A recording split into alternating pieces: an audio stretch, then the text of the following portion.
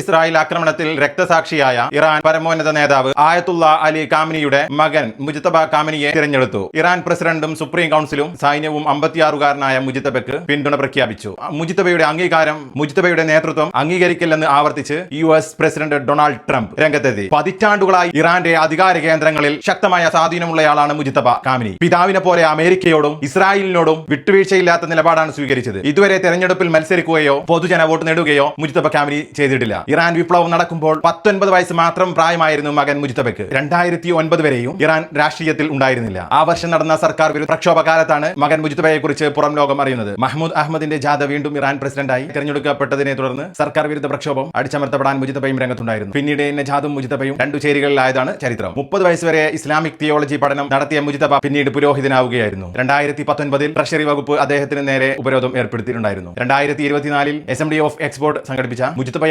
കാമിനിയുടെ പിൻഗാമി എന്ന് പലരും സൂചന നൽകിയിരുന്നു. മുജ്തബ പിതാവ് അലി കാമിനിക്കൊപ്പമായിരുന്നു കുടുംബസമേതം താമസിച്ചിരുന്നത്. ശനിയാഴ്ച ഓപ്പറേഷൻ എപ്പിക് ഫ്യൂരി ആദ്യ മണിക്കൂറിൽ തന്നെ കാമിനിയുടെ കൊട്ടാരത്തിൽ മിസൈൽ പതിച്ചു. കാമിനിക്കൊപ്പം കൊല്ലപ്പെട്ടവരിൽ മുജ്തബയുടെ ഭാര്യയും ഒരു കുട്ടിയുമുണ്ട്. ഈ സമയം മുജ്തബ കൊട്ടാരത്തിൽ ഇല്ലായിരുന്നു. തലനാരിയടക്കാണ് മുജ്തബ രക്ഷപ്പെട്ടത്. മുജ്തബയെ പരമോന്നത നേതാവായി തെരഞ്ഞെടുക്കുന്നതിന് അമേരിക്ക രംഗത്ത് വന്നു. തങ്ങളുടെ അനുമതിയോ താല്പര്യമോ പരിഗണിക്കാതെയാണ് ഇറാൻ പുതിയ നേതാവിനെ തെരഞ്ഞെടുക്കുന്നതെന്നും അധികനാൾ വാഴിക്കില്ലെന്നും ഡൊണാൾഡ് ട്രംപ് ഭീഷണി മുഴക്കി.